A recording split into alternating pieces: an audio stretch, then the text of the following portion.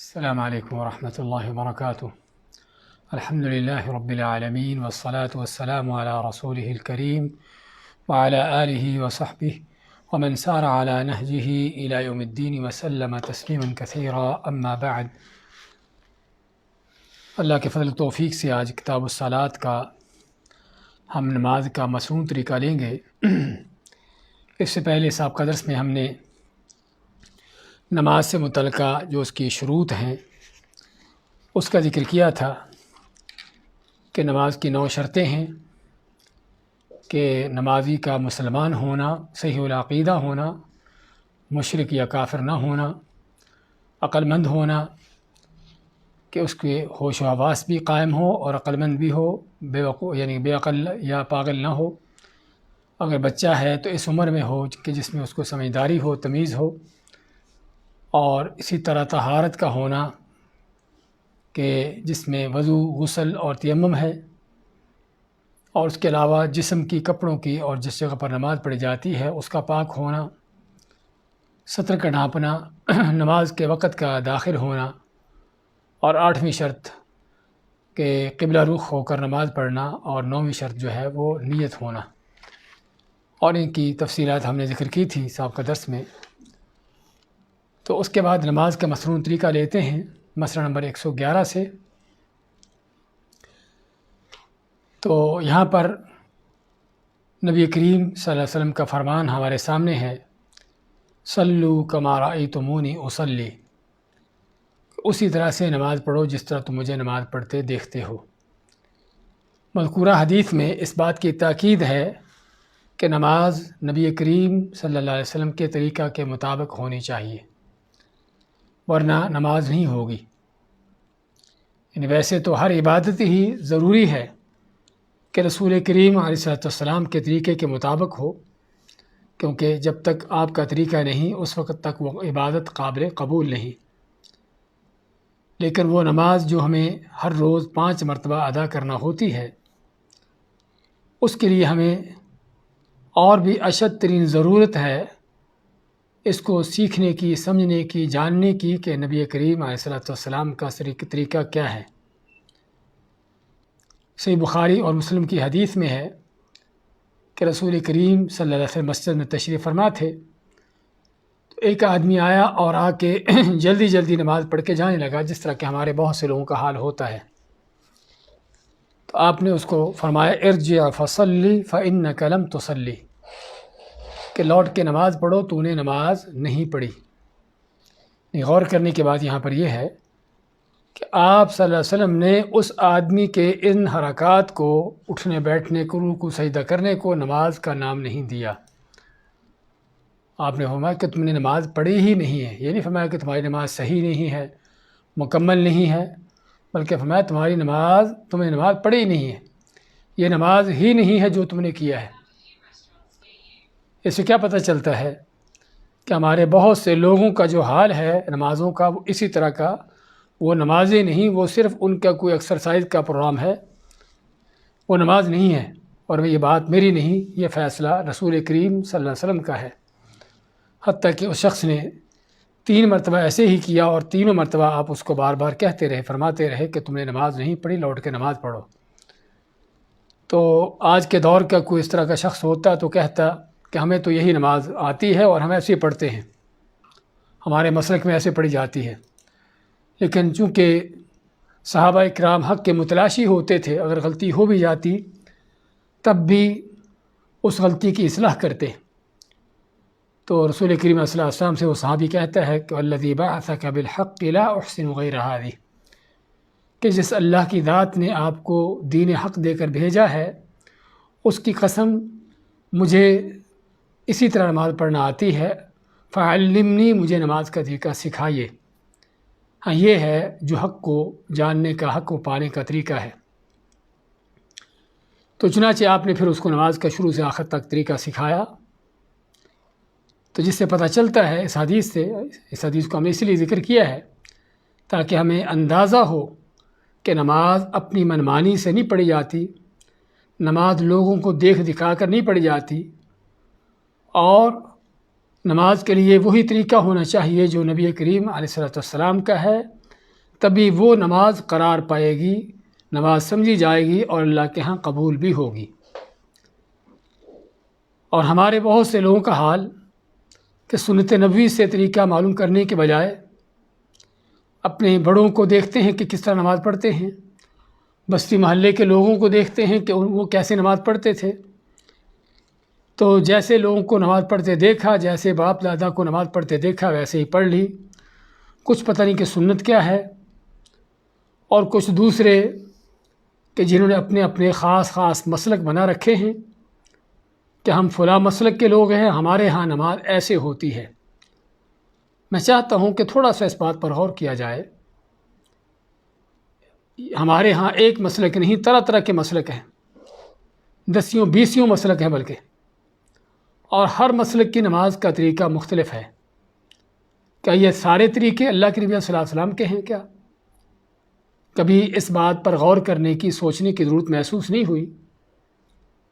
چلو کسی ایک عمل میں، کسی ایک آدھ چیز میں کوئی فرق ہو سکتا ہے کہ اللہ کے نبی صلی اللہ علیہ وسلم نے کبھی اس طرح کیا، کبھی اس طرح سے کر لیا ہوگا، لیکن متضاد قسم کے مختلف اعمال ہم لوگوں کے دیکھتے ہیں، اور نماز کا شروع سے آخر تک مختلف طریقہ دوسروں سے نظر آتا ہے، اور کبھی اس بات پر غور و فکر کرنے کی ضرورت محسوس نہیں کرتے کہ یہ سارے طریقے اللہ کے نبی صلی اللہ علیہ وسلم کے کیسے ہو سکتے ہیں، اور ہم جس طرح دل میں آئے اس طرح اللہ کی عبادت کرتے رہیں۔ کیا یہ اللہ کی عبادت کا طریقہ؟ تو اس لیے عقیدہ توحید کے بعد سب سے زیادہ جس چیز کو ہمیں سیکھنے کی، سمجھنے کی ضرورت ہے، وہ نماز کا نبوی طریقہ ہے، نبی کریم علیہ السلام کی نماز کا طریقہ ہے۔ فقیہ العصر ہمارے شیخ علامہ ابن عثیمین رحمۃ اللہ علیہ فرماتے ہیں، ہمیں معلوم ہونا چاہیے کہ عبادت کی 2 بڑی شرطیں ہیں، اللہ کے لیے خالص ہو اور رسول کریم صلی اللہ علیہ وسلم کی سنت کے مطابق ہو، جس کا تقاضا یہ ہے کہ ہم پر لازماً معلوم کریں کہ ہم نبی کریم صلی اللہ علیہ وسلم نے نماز کیسے ادا کی، کیسے ادا کرتے تھے، اور اللہ تعالیٰ نے بھی نماز قائم کرنے کا جب حکم دیا ہے تو فرمایا اقیموا الصلاۃ، نماز قائم کرو، اور نماز تبھی قائم ہوگی جب وہ رسول کریم علیہ السلام کے طریقے کے مطابق ہوگی۔ جن مسائل میں اختلاف پایا جاتا ہے ان کا حل اپنے اپنے مسلکوں سے لینے کے بجائے قرآن و سنت سے لینا چاہیے۔ اللہ تعالیٰ کا فرمان ہے فَإِن تَنَازَعْتُمْ فِي شَيْءٍ فَرُدُّوهُ إِلَى اللَّهِ وَالرَّسُولِ، کہ تمہارا کسی مسئلے پر بھی، کسی بات پر بھی اختلاف تنازع ہو جائے تو اس کا یہ نہیں کہ ہمارے مسلک میں یہ ہے اور ہمارے بڑے یہ کہتے ہیں، بلکہ اس کا حل کیا ہے؟ فَرُدُّوهُ إِلَى اللَّهِ وَالرَّسُولِ، اس کو لوٹاؤ اللہ کی طرف، یعنی اللہ کے قرآن کی طرف، اگر اللہ کے قرآن میں اس کا فیصلہ ہے، والرسول، اور رسول کریم علیہ السلام کی طرف لوٹاؤ، یعنی آپ کی صحیح احادیث سے دیکھو سمجھو کہ آپ نے اس کا حکم کس طرح سے دیا، آپ نے وہ عمل کیسے کیا۔ یہ ہے وہ طریقہ جو ہم کو اللہ تعالیٰ نے بتایا، سکھایا ہے کسی بھی اختلاف کے وقت میں۔ اسی بات کی تعلیم ائمہ کرام نے بھی دی ہے۔ ہم طہارت کے مسائل شروع کرنے سے پہلے سابقہ یعنی فصل میں یا سابقہ سمیسٹر میں ائمہ کرام کے اقوال کی تفصیلاً ذکر کر چکے ہیں کہ ہر امام رحمۃ اللہ علیہ نے کس طرح سے لوگوں کو، اپنے شاگردوں کو اس بات کا حکم دیا کہ وہ قرآن و سنت سے اللہ کا دین سیکھیں اور نہ دیکھیں کہ امام صاحب کیا کرتے ہیں، اور صاف انہوں نے فرمایا کہ ہم انسان بشر ہیں، ہم سے غلطیاں ہو سکتی ہیں، اس لیے ہماری تقلید ہمارے پیچھے نہ چلو، بلکہ جہاں سے ہم نے اللہ کا یہ دین سیکھا ہے قرآن و سنت سے، وہاں سے تم بھی سیکھنے کی کوشش کرو، تاکہ اللہ تعالیٰ کے حکم کے مطابق اس پر عمل پیرا ہوں۔ خصوصاً نماز کا اہم ترین عمل جو زندگی بھر کا وظیفہ ہے، ہر روز اس کو 5 بجگانہ ادا کرنا ہوتا ہے، تو اشد ترین ضرورت ہے کہ دیکھا جائے کہ رسول کریم صلی اللہ علیہ وسلم کا طریقہ اس میں کیا ہے، کہ کہیں روز قیامت زندگی بھر کے عمل برباد نہ ہو جائے۔ تو یہ تھا کچھ تمہید اس حوالے سے نماز کا مصنوع طریقہ جاننے کے بارے میں۔ یہاں پر یہ بھی کہ جس طرح ہم نے شروع میں ذکر کیا تھا کہ طہارت کے مسائل ہوں، نماز کے ہوں، روزے کے ہوں، زکوٰۃ کے ہوں، یہ مسائل و احکام جو ہیں ان میں اکثر و بیشتر یا بہت سے مسائل ایسے ہیں جن میں اختلافات پائے جاتے ہیں۔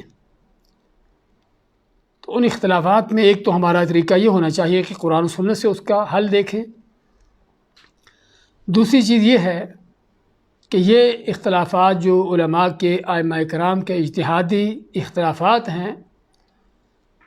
ان کو بنیاد بنا کر ہم آپس میں فرقے جماعتیں نہ بنا لیں،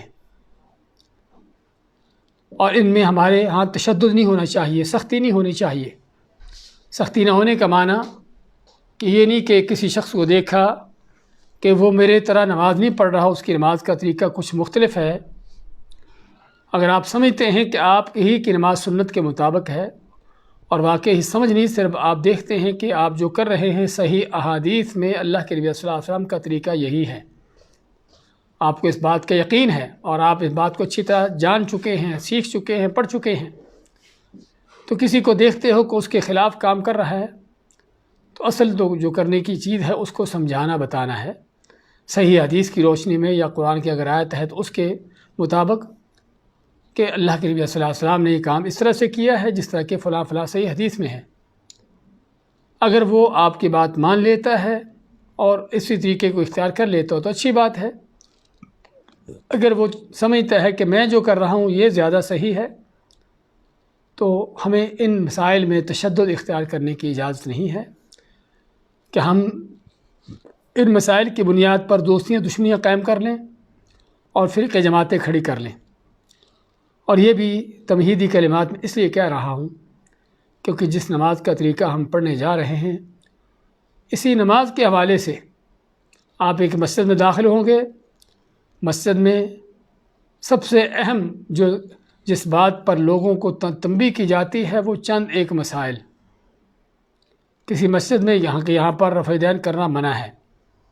یہاں اونچی آمین نہیں کہہ سکتے،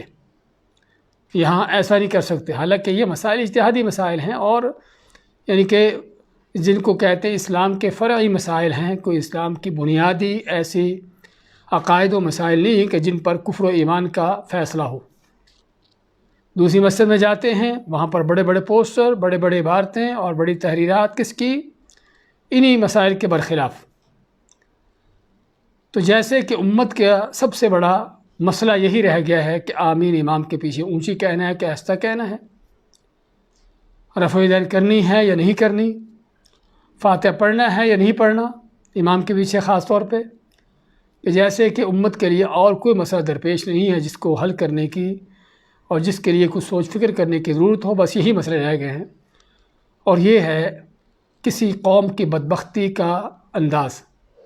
جس طرح کہ نبی کریم علیہ السلام کا فرمان ہے کہ جب اللہ تعالیٰ کسی قوم سے خیر نہیں چاہتا، یا خیر نہ چاہنے کا معنی ان کو یعنی کہ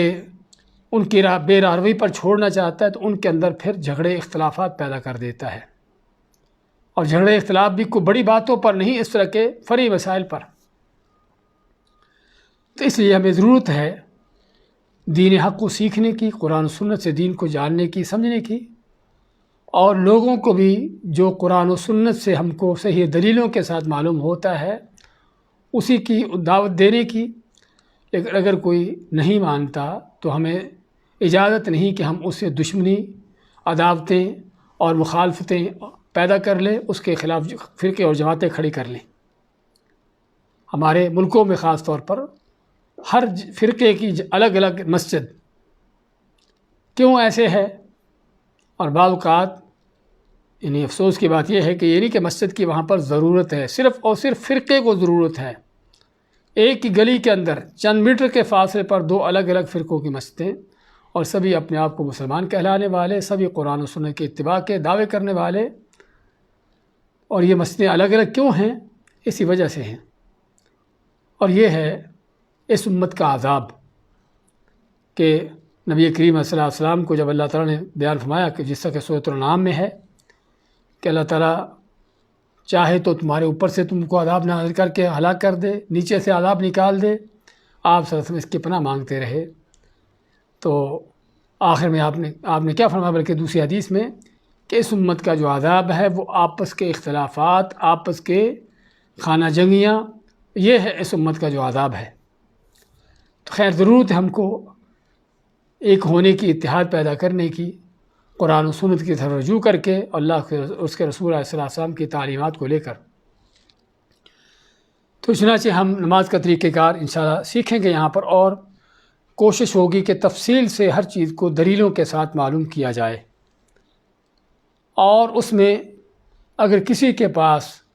ان دلیلوں سے زیادہ صحیح دلیل ہو تو ہم اس کو اس بات کی اس سے عرض کریں گے، بلکہ گزارش کریں گے کہ ہمیں وہ دلیل دے تاکہ ہم بھی اس صحیح دلیل کو اپنا کر رسول کریم صلی اللہ علیہ وسلم کا صحیح طریقہ معلوم کر سکیں۔ اور اگر ایسا نہیں ہے، ضعیف حدیثوں کو بنیاد بنایا ہوا ہے،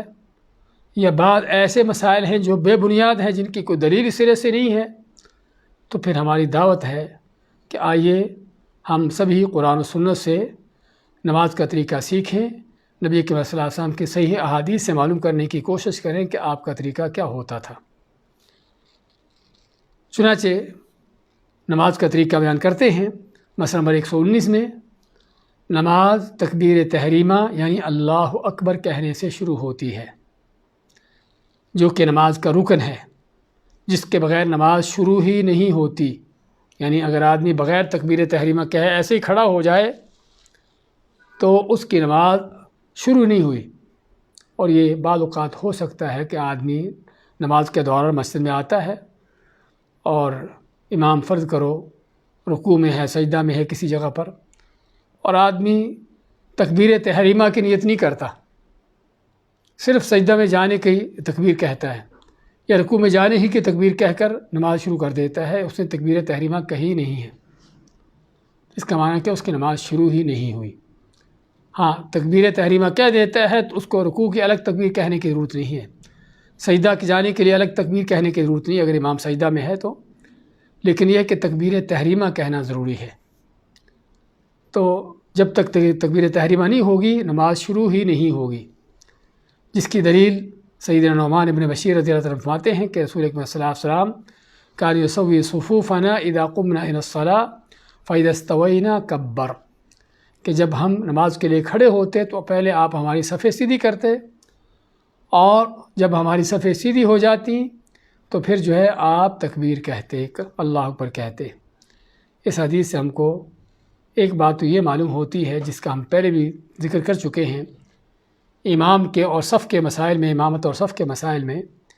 کہ صف کا سیدھا کرنا، صفوں کو صحیح کرنا امام کے اہم ترین فرائض میں سے ہے، اور امام کو چاہیے کہ تکبیر تحریمہ کہنے سے پہلے صفیں سیدھی کرے، اس کے بعد جب دیکھ لے کہ اچھی طرح صفیں سیدھی ہو چکی ہیں تو پھر تکبیر کہے، پھر نماز شروع کرے۔ یہ ہے نبی کریم صلی اللہ علیہ وسلم کا طریقہ۔ تو یہاں پر یہ فرماتے فَإِذَا اسْتَوَيْنَا كَبَّرْ، کہ جب ہم صفیں سیدھی کر لیتے تب پھر آپ تکبیر کہتے۔ اسی طرح ام المؤمنین عائشہ رضی اللہ عنہ کی حدیث ہے کہ کان رسول اللہ صلی اللہ علیہ وسلم یستفتح الصلاۃ بالتکبیر، کہ آپ نماز کا آغاز کس سے کرتے؟ تکبیر سے، اللہ اکبر کہنے سے، جس طرح کہ صحیح مسلم کی حدیث میں ہے۔ یہ حدیثیں اس بات کی دلیل ہیں کہ رسول اللہ صلی اللہ علیہ وسلم نماز شروع کرتے ہوئے صرف اللہ اکبر کہتے، اور نماز کی نیت کے لیے کوئی زبان سے الفاظ نہیں بولتے تھے،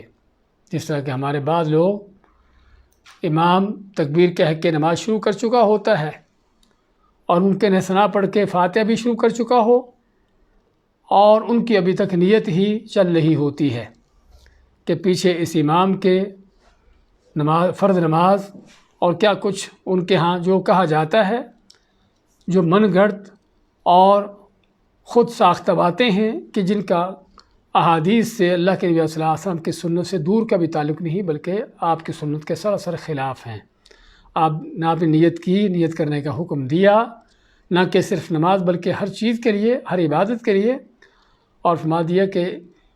عملوں کا دار و مدار اس نیت پر ہے۔ تو نیت ضروری ہے، لیکن اسی طرح سے کرنا ہے جس طرح کہ نبی کریم صلی اللہ علیہ وسلم نے کی ہے۔ آپ نے کبھی بھی زبان سے بول کر کبھی نیت نہیں کی،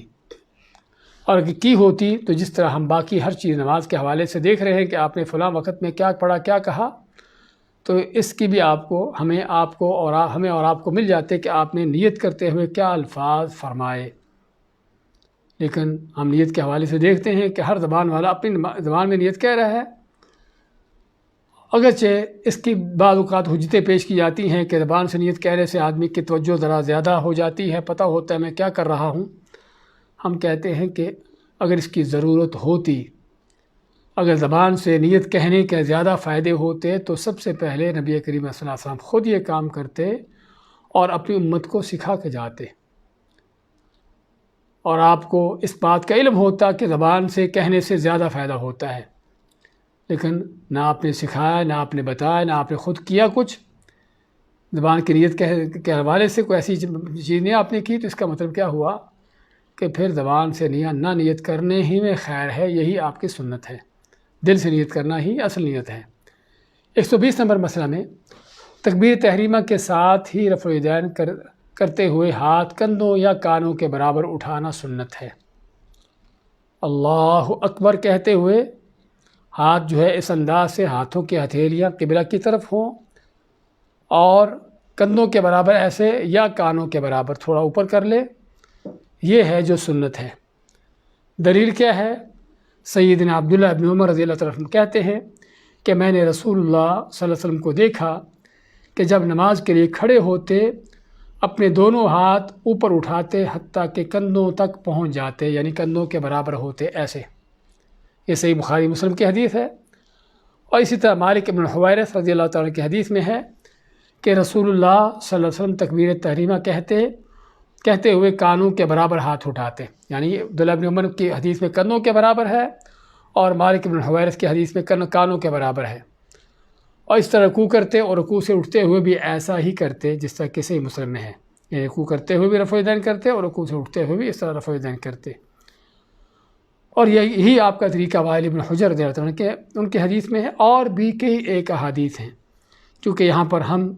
تمام حدیثیں ذکر نہیں کر سکتے، اگر وہ چیز کرنے جائیں تو بہت لمبا ہو جائے، لیکن چند اہم احادیث ہی ذکر کرنے پر اکتفا کیا جاتا ہے۔ اور یہ سبھی حدیثیں آپ دیکھ رہے ہیں کہ کوئی بخاری مسلم کی ہے، کوئی صحیح مسلم کی ہے، کوئی صحیح نسائی کی صحیح حدیث ہے۔ تو یہ ہے تکبیر تحریمہ کہنے کے ساتھ ہی رفع الیدین کرنا، ہاتھوں کو کندھوں کے یا کانوں کے برابر اٹھانا۔ 121 میں نماز میں رفع الیدین کرنے کے فائدے کہ سنت رسول صلی اللہ علیہ وسلم کی اتباع ہے، اللہ کی تعظیم کا اشارہ ہے، اللہ اور بندے کے درمیان سے پردہ ہٹا دینا ہے، اور امام شافعی رحمۃ اللہ علیہ فرماتے ہیں کہ یہ نماز کی زینت ہے۔ 122 نمبر مسئلہ میں رفع الیدین یعنی ہاتھ اٹھانا تکبیر کہنے کے ساتھ یا اس سے پہلے یا اس کے بعد میں سبھی طرح مسنون طریقے ہیں، یعنی آپ ہاتھ اٹھا لیں، ہاتھ اٹھانے کے بعد اللہ اکبر کہیں، یا ہاتھ اٹھانے کے ساتھ ہی اللہ اکبر کہیں، یا اللہ اکبر کہہ کر ہاتھ اٹھا لیں۔ تینوں ہی طریقے اللہ کے نبی صلی اللہ علیہ وسلم سے احادیث میں وارد ہیں، جیسا کہ صحیح بخاری مسلم میں ابن عمر اور مالک بن حویرث کے حدیث مروی ہے کہ ہاتھ اٹھاتے ہوئے ہتھیلیوں کا رخ جو ہے قبلہ کی طرف ہونا چاہیے، جیسا کہ عبداللہ بن عمر کی مروی روایت میں ہے۔ اس طرح ہاتھ اٹھاتے ہوئے انگلیاں سیدھی ہونی چاہیے اور ہتھیلیاں قبلہ کے رخ ہوتی۔ طبقات ابن سعد میں اور علامہ ابن قیم میں زاد المعاد میں عبداللہ ابن عمر کے اس اثر کو نقل کیا ہے۔ ہماری کوشش تو ہوتی ہے کہ حدیثیں جو ہیں وہ صحیح بخاری مسلم کی یا کتب ستہ سے اس کو ذکر کیا جائے، لیکن بعض اوقات کوئی حدیث شاذ و نادر حالت میں اور صحابہ کرام کے اقوال خاص طور پر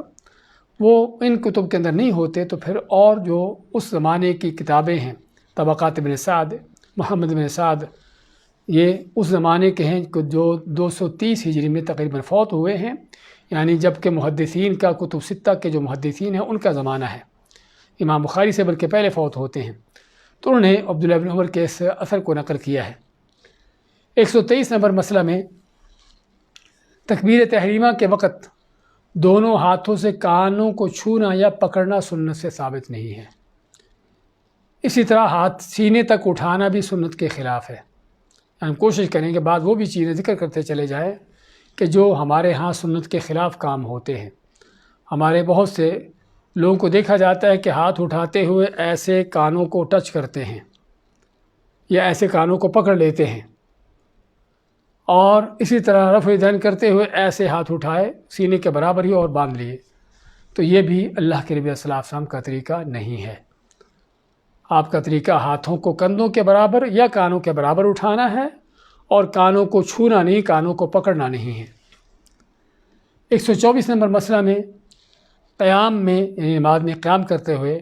ہاتھ باندھنے کے بارے میں 3 کیفیتیں ثابت ہیں۔ ہاتھ کیسے باندھیں گے اس کے بارے میں 3 طریقے ہیں۔ پہلا طریقہ، دایاں ہاتھ بائیں بازو پر رکھا جائے۔ دایاں ہاتھ بائیں بازو، یہ بازو ہے، یہ ہاتھ ہے، یہ بازو ہے، اس طرح رکھا جائے،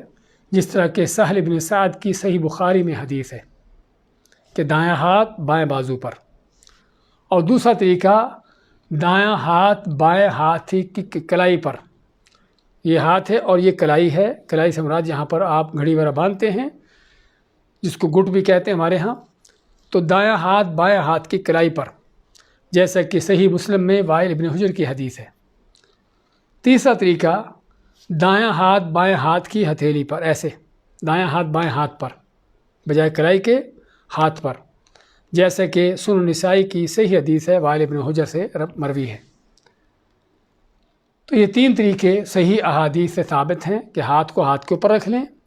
ہاتھ کو کلائی کے اوپر رکھ دیں، یا دائیں ہاتھ کو بائیں بازو پر رکھ دیں۔ نماز میں ہاتھ باندھنے کی 2 بڑی حکمتیں ہیں۔ یعنی ہاتھ باندھنا کیوں ہے کہ سنت رسول صلی اللہ علیہ وسلم کی اتباع ہے، اور اللہ کے سامنے عاجزی کا اور انکساری کا اظہار ہے۔ یعنی بعض اوقات لوگ بھی کسی بڑے آدمی کے سامنے کھڑے ہوتے ہیں تو ہاتھ باندھ کر کھڑے ہوتے ہیں، تو یہاں پہ رب العالمین کے سامنے کھڑے ہیں۔ ہاں، وہ ذات ہے جو اصل جس کے سامنے عاجزی انکساری ہونی چاہیے، اور اس سے پہلے نبی کریم صلی اللہ علیہ وسلم کا طریقہ بھی یہی ہے کہ آپ نماز میں ہاتھ باندھتے تھے۔ قیام میں ہاتھ کہاں رکھے جائیں، دوسرا مسئلہ۔ ہاتھ باندھنے کے حوالے سے ہم نے ذکر کی ہے حدیثیں، لیکن ہاتھ کہاں رکھے جائیں اس کے متعلق اگرچہ روایات میں کلام ہے، یعنی کلام ہونے کا معنی کہ کچھ روایتیں تو بالکل ہی سخت ضعیف ہیں، اور کچھ روایتیں کسی حد تک بہتر ہیں، اور کچھ روایتیں قوی ہیں، اس سے زیادہ صحیح ہیں۔ لیکن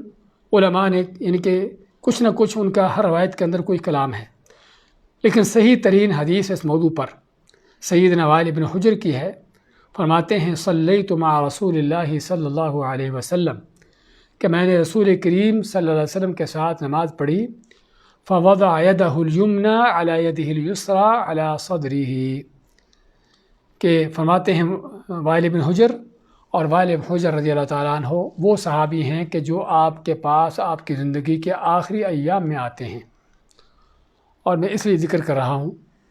کہ بعض اوقات اس بات کے دعوے کیے جاتے ہیں نہیں یہ پہلے تھا، بعد میں یہ منسوخ ہو گیا، کینسل ہو گیا، بعد میں ایسے حکم ہو گیا، ویسے ہو گیا۔ تو وائل ابن حجر کی سیرت اٹھا کر دیکھیے، آپ کو پتہ چلے گا کہ وہ آپ کی آپ کی حیات مبارکہ کے جو آخری ایام تھے ان دنوں میں آپ کے ساتھ تھے، اور ان کا آپ کے ساتھ کوئی لمبا عرصہ نہیں گزرا، لیکن جتنا وقت ان کا آپ کے ساتھ گزرا ہے اس میں انہوں نے کوشش کی ہے کہ آپ کی ایک ایک چیز کو دیکھا جائے، ایک ایک سنت کو معلوم کیا جائے۔ تو فرماتے ہیں کہ میں، بلکہ بعض روایتوں میں واضح اور حدیثوں میں واضح الفاظ ہیں کہ میری کوشش ہوتی تھی کہ میں آپ صلی اللہ علیہ وسلم کو دیکھوں کہ آپ یہ چیز کیسے کرتے ہیں۔ تو یہاں فرماتے ہیں کہ میں نے آپ کے ساتھ نماز پڑھی تو دیکھا کہ آپ صلی اللہ علیہ وسلم نے اپنا دایاں ہاتھ اپنے بائیں ہاتھ پر سینے پر رکھا، اور یہ حدیث صحیح ابن خزیمہ کی ہے۔ تو یہ ہے اس موضوع پر جو سب سے صحیح 3 روایت ہے۔ اس کے مد مقابل سب سے جو ضعیف ترین روایت ہے وہ ناف سے نیچے باندھنے والی روایت ہے کہ ہاتھوں کو ناف سے نیچے باندھنا، اور یہ روایت سیدنا علی رضی اللہ عنہ کی طرف منسوب کی جاتی ہے، حالانکہ سیدنا علی رضی اللہ تعالیٰ عنہ انا اعطیناک الکوثر کی تفسیر میں ان کے بارے میں آتا ہے، اگرچہ اس حدیث میں بھی کسی حد تک ضعف ہے، لیکن ان کا قول نقل کیا جاتا ہے فصلی لربک وانحر انہوں نے فرمایا کہ ونحر کے معنی نہر کیا ہوتی ہے؟ نہر ہوتا ہے گردن کے نیچے کا حصہ، کہ نماز پڑھو اور نہر پر اپنے ہاتھ رکھو۔ تو علی کل حال یعنی کہ یہ حدیث جو ہے جو ذکر کی جاتی ہے ناف سے نیچے باندھنے والی، یہ سب سے سخت ترین ضعیف حدیث ہے، اور اسی لیے امام ابن الحمام جو احناف کے بڑے علماء میں سے ہیں فرماتے ہیں کہ ناف سے نیچے ہاتھ باندھنے والی حدیث کے ضعیف ہونے پر علماء کا اتفاق ہے۔ امام ابن الحمام حنفی رحمۃ اللہ علیہ فرماتے ہیں کہ ناف سے نیچے ہاتھ باندھنے والی حدیث کے ضعیف ہونے پر علماء کا اتفاق ہے۔ پھر اس کے ضعیف ہونے کی وجہ بھی بیان کرتے ہیں، کیونکہ اس میں ابو شیبہ عبد الرحمن بن اسحاق الواسطی ہے جو ضعیف آدمی ہے، اور علامہ محمد بن محمد سندھی رحمۃ اللہ علیہ نے بھی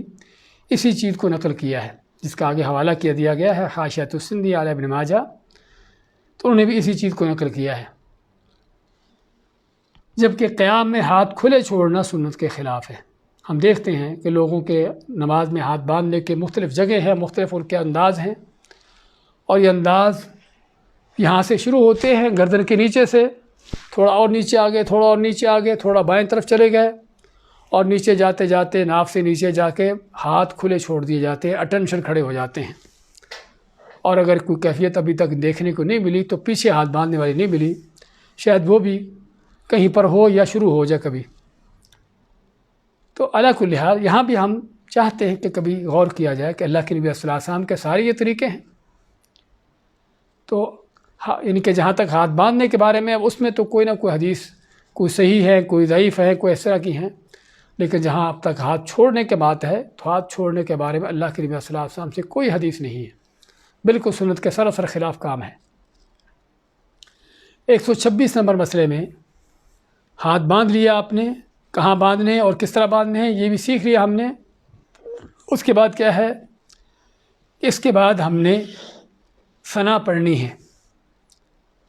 اب نماز کے ہم تکبیر تحریمہ کہنے کے بعد نماز کے اذکار شروع ہوتے ہیں، نماز کی دعائیں شروع ہوتی ہیں۔ ثنا وہ دعا ہے کہ جو تکبیر تحریمہ کے بعد اور فاتحہ سے پہلے پڑھی جاتی ہے، تو اور نبی کریم صلی اللہ علیہ وسلم سے یہ ثابت ہے، جس طرح کہ ابو ہریرہ رضی اللہ تعالیٰ عنہ فرماتے ہیں کہ رسول کریم صلی اللہ علیہ وسلم تکبیر تحریمہ کے بعد قرات شروع کرنے سے پہلے تھوڑی دیر خاموش رہتے۔ تو میں نے عرض کیا کہ یا رسول اللہ صلی اللہ علیہ وسلم، میرے ماں باپ آپ پر قربان ہوں، اس خاموشی میں آپ کیا پڑھتے ہیں؟ دیکھیے یہاں پر سب سے پہلے تو ہم چاہتے ہیں کہ ابو ہریرہ رضی اللہ تعالیٰ عنہ خاص طور پر صحابہ اکرام عموماً کس قدر ان کی کوشش ہوتی تھی کہ نبی کریم صلی اللہ علیہ وسلم کی سنتوں کو سیکھیں، کہ جس کا ابھی ہم بیان کر رہے تھے کہ یہ ہے اصل ایمان کی دلیل، یہ ہے صحیح معنوں میں اللہ کے نبی صلی اللہ علیہ وسلم کی سچی محبت کا اس کا انداز، کہ آپ صلی اللہ علیہ وسلم کوئی ایک چیز کر رہے ہیں لیکن صحابہ کو پتہ نہیں چل رہا کہ آپ کیا کرتے ہیں۔ تو ابو ہریرہ رضی اللہ تعالیٰ کو جستجو ہوتی ہے کہ آپ سے پوچھا جائے کہ آپ اس وقت کیا کرتے ہیں، کیا پڑھتے ہیں، کیا خاموش رہتے ہیں، اور نماز میں کوئی ایسی جگہ تو نہیں جہاں پر خاموش رہا جائے، تو لازماً کچھ پڑھتے ہوں گے، تو کیا پڑھتے ہیں؟ تو آپ نے فرمایا میں یہ دعا پڑھتا ہوں، اللہم باعد بینی و بین خطایای کما باعدت بین المشرق والمغرب، اللہم نقینی من الخطایا کما ینقی الثوب الابیض من الدنس، اللہم اغسل خطایای بالماء والثلج والبرد۔ یہ اللہ میرے اور میرے گناہوں کے درمیان مشرق و مغرب کی دوری فرما دے، یعنی اتنے دور کر دے مجھے گناہوں سے، یا اللہ مجھے میرے گناہوں سے سفید کپڑے کی طرح پاک صاف کر دے، یا اللہ میرے گناہ برف، پانی اور اولوں سے دھو دے، جو کہ صحیح بخاری مسلم کی حدیث ہے۔ اس طرح دوسری دعا ہے جو سیدنا عمر بن الخطاب رضی اللہ تعالیٰ عنہ پڑھا کرتے تھے، وہ کیا ہے؟ جو ہمارے ہاں عام معروف ہے، مشہور دعا ہے، سبحانک اللہم و بحمدک و تبارک اسمک و تعالی جدک و لا الہ غیرک۔ سبحانک اللہم و بحمدک، کہ اللہ میں تو اپنی حمد کے ساتھ پاک ہے، و تبارک اسمک، اور تیرا نام بڑا بابرکت ہے، و تعالی جدک، اور تیری شان بہت بلند ہے، ولا الہ غیرک، اور تیرے سوا کوئی معبود برحق نہیں، جس طرح کہ صحیح مسلم میں ہے۔ اور اس کے علاوہ اور بھی 8 طرح کی دعائیں ہیں کہ جو ثنا کی جگہ پر پڑھی جاتی ہیں، ثنا کے طور پر پڑھی جاتی ہیں، اور سبھی کی سبھی صحیح احادیث سے ثابت ہیں۔ چنانچہ اس وقت ان ثابت شدہ دعاؤں میں سے کوئی ایک دعا پڑھی جا سکتی ہے، اور بہتر یہ ہے کہ ان تمام مسنون دعاؤں کو باری باری پڑھا جائے کرے، یعنی کسی نماز میں یہ پڑھ لے، کسی دوسری نماز میں دوسری پڑھ لے، کسی تیسری نماز میں تیسری پڑھ لے، کہ جس کا فائدہ کیا ہوگا کہ نبی کریم صلی اللہ علیہ وسلم کی سنت پر بھی عمل ہوگا، اور یہ سبھی کی سبھی دعائیں بھی یاد ہو جائیں گی۔ ہاں یہ ہے کہ جہاں پر ہمیں پتہ چلتا ہے کہ نبی اکرم صلی اللہ علیہ وسلم ایک جگہ پر کسی موقع پر کسی چیز کو مختلف انداز سے پڑھتے رہے۔ امانت داری کا بھی تقاضا یہی ہے کہ ہم یہاں پر ان چیزوں کو بیان کریں کہ آپ صلی اللہ علیہ وسلم کیا یہاں پر ایک ہی دعا پڑھتے تھے یا آپ کی مختلف دعائیں ہوتی تھیں، تو یہاں پر آپ کی مختلف دعائیں ہیں جو پڑھی جاتی ہیں، اور سبھی کے سبھی صحیح حدیث سے ثابت ہیں۔ 127 نمبر مسئلہ میں ثنا کے بعد کیا کرنا ہے؟ امام، مقتدی اور منفرد، کیونکہ نمازی کی 3 ہی حالتیں ہوتی ہیں، یا تو امام ہوتا ہے، یا امام کے پیچھے مقتدی کی حیثیت سے ہوتا ہے، یا پھر وہ اکیلا ہوتا ہے، منفرد ہوتا ہے۔ تو ثنا کے بعد سبھی کے لیے سورۃ فاتحہ کا پڑھنا ضروری ہے۔ ہاں ثنا بھی سبھی پڑھیں گے،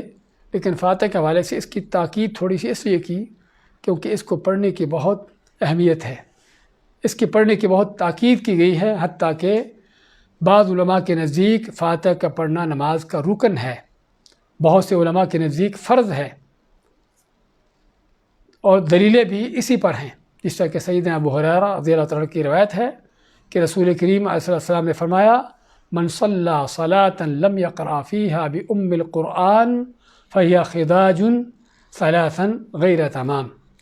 آپ نے کہ جس نے نماز پڑھی لیکن نماز میں سورۃ فاتحہ نہ پڑھی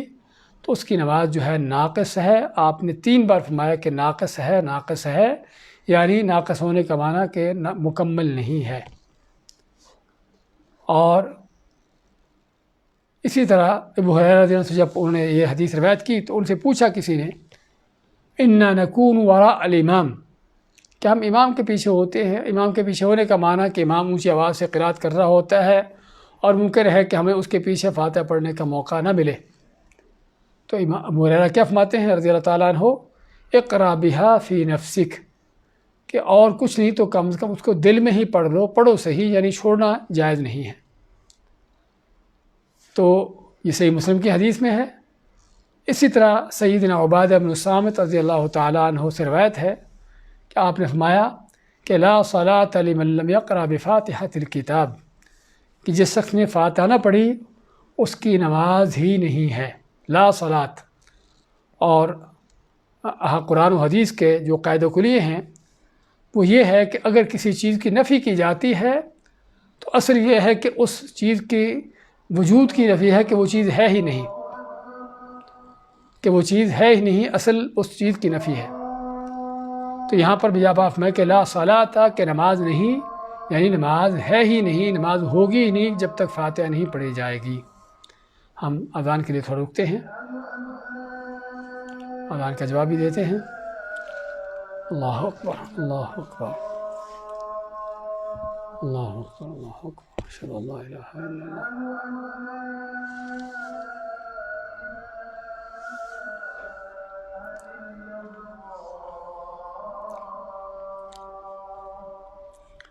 اشہد ان لا الہ الا اللہ۔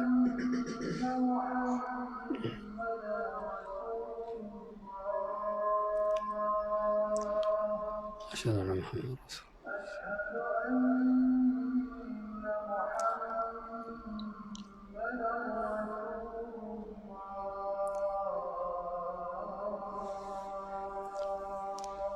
اشہد ان محمد رسول اللہ، اشہد ان لا الہ الا اللہ، لا حول ولا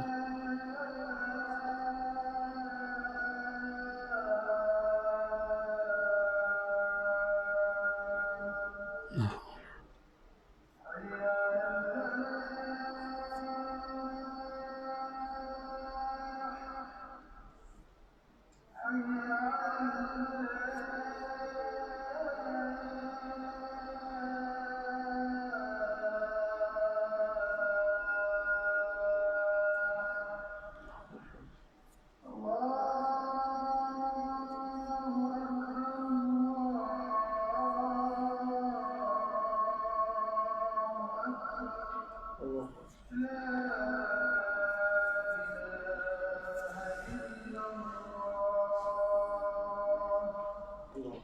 لا الہ الا اللہ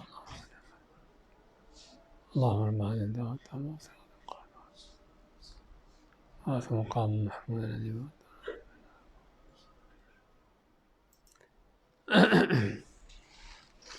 ہماری بات فاتحہ کے حوالے سے چل رہی تھی، تو بلکہ اللہ تعالیٰ نے نماز میں فاتحہ پڑھنے ہی کو نماز یعنی الصلاۃ کا نام دیا ہے، جیسے کہ صحیح مسلم میں ہے کہ نبی کے رسول اللہ صلی اللہ علیہ وسلم فرماتے ہیں کہ اللہ تعالیٰ فرماتا ہے قسمت الصلاۃ بینی و بین عبدی،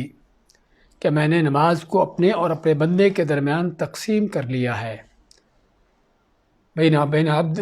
عبد نصفین، میں نے اپنی نماز کو اپنے اور اپنے بندے کے درمیان آدھا آدھا تقسیم کر لیا ہے، وَلَهُ مَا سَأَلَ، اور میرے بندے کے لیے وہ کچھ ہے جو اس نے مانگا، فَإِذَا قَالَ الْعَبْدُ، جب بندہ کہتا ہے الحمد للہ رب العالمین، تو اللہ تعالیٰ جواب دیتے ہوئے فرماتا ہے حمدنی عبدی، میرے بندے نے میری تعریف بیان کی ہے، وَإِذَا قَالَ الرحمن الرحیم، جب الرحمن الرحیم کہتا ہے تو اللہ تعالیٰ فرماتا ہے اثنا علی عبدی، کہ میرے بندے نے میری ثنا بیان کی ہے، جب کہتا ہے مالک یوم الدین تو اللہ فرماتا ہے مجدنی عبدی، کہ میرے بندے نے میری تعظیم بیان کی ہے، اور اسی طرح سے بندہ آیتیں پڑھتا جاتا ہے، اللہ اس کا جواب دیتا چلا جاتا ہے۔ تو اس حدیث سے کیا پتہ چلا کہ اللہ تعالیٰ نے فاتحہ ہی کو نماز کا الصلاۃ کا نام دیا ہے، تو اس لیے ضرورت ہے اس فاتحہ کے اہتمام کرنے کی، تو نماز سری ہو یا جاہری ہو، تمام نمازوں میں ہی فاتحہ پڑھنے کا حکم ہے۔ سنن نبی داؤد میں ارشاد نبوی ہے فلا تقرأوا بشيء من القرآن اذا جهرت الا بأم القرآن فإنه لا صلاة لمن لم يقرأ بها۔ آپ نے فجر کی نماز پڑھائی، اصل حدیث کا جو پس منظر یہاں پر ذکر نہیں ہوا، آپ نے فجر کی نماز پڑھائی، تو فجر کی نماز چونکہ اونچی آواز سے قرات ہوتی ہے، تو لوگ بھی پیچھے سے اونچی آواز سے قرات کر رہے تھے، اور امام کے پیچھے اگر آواز وغیرہ ہو، آس پاس آوازیں ہوں، تو امام کو تلاوت کرنے قرات کرنے میں مشکل ہوتی ہے، تو رسول اکرم صلی اللہ علیہ وسلم کو بھی یہ مشکل درپیش آئی، تو آپ نے نماز کے بعد پوچھا کیا تم میرے پیچھے پڑھتے ہو؟ تو صاحب میں کہ ہم آپ کے پیچھے پڑھتے ہیں، تو آپ میں کہ لا تفعلوا الا بفاتحۃ القرآن، قرآن کتاب اور جو حدیث کے الفاظ ہیں فلا تقرؤوا بشیء من القرآن الا اذا جہرت الا بام القرآن، کہ جب میں اونچی آواز سے تلاوت کروں قرآن کریم کی تو سوائے فاتحہ کے اور کوئی چیز نہ پڑھو، کس لیے؟ فإنہ لا صلاۃ لمن لم یقرأ بها، کہ جو کہ جس نے فاتحہ نہ پڑھی اس کی نماز نہیں ہوتی۔ اور یہ حدیث جو ہے امام دارقطنی رحمۃ اللہ علیہ نے روایت کی ہے، اور روایت بلکہ ابو داؤد وغیرہ کی بھی ہے، لیکن امام دارقطنی اس کے بارے میں مانتے ہیں کہ اس کے تمام راوی ثقہ ہیں، یعنی وہ راوی ہیں کہ جن کی حدیث جو ہے وہ صحیح اور قبول ہے۔ مولانا عبدالحی حنفی اپنی کتاب امام الکلام میں لکھتے ہیں کہ کسی بھی صحیح حدیث سے امام کے پیچھے فاتحہ کی ممانعت ثابت نہیں ہے۔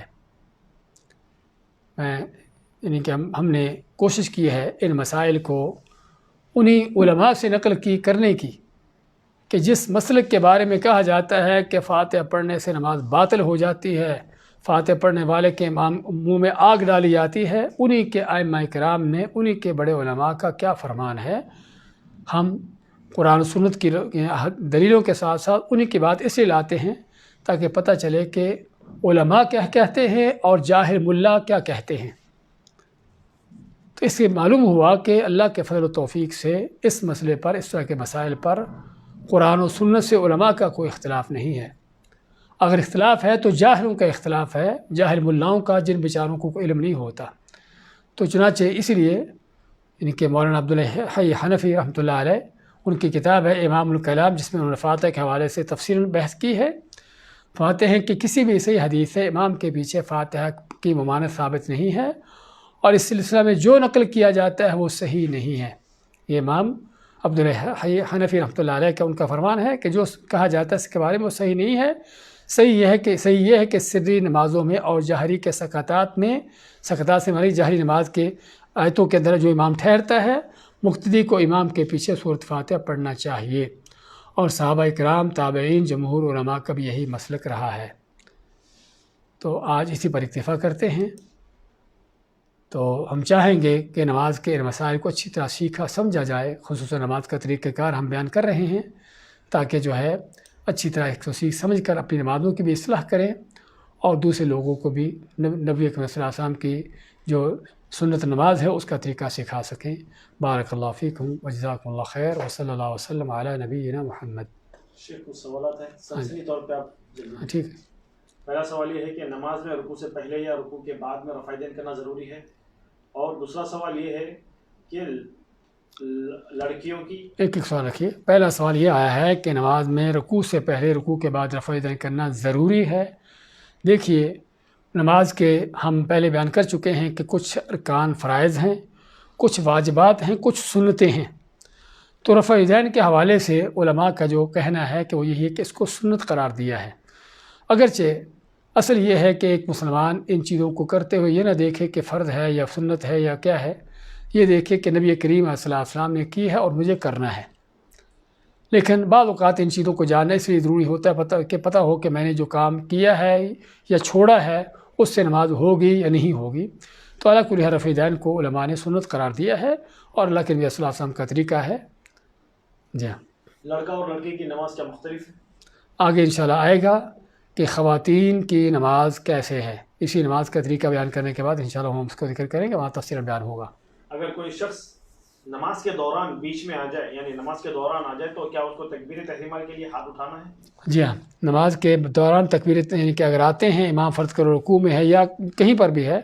تو آپ کو چاہیے کہ تکبیر تحریمہ کے لیے ہاتھ اٹھائیں اور اللہ پر کہہ کر تکبیر تحریمہ کہہ کر ہاتھ اگر کھڑا ہے تو باندھیں، رکوع میں ہے تو رکوع میں چلا جائیں۔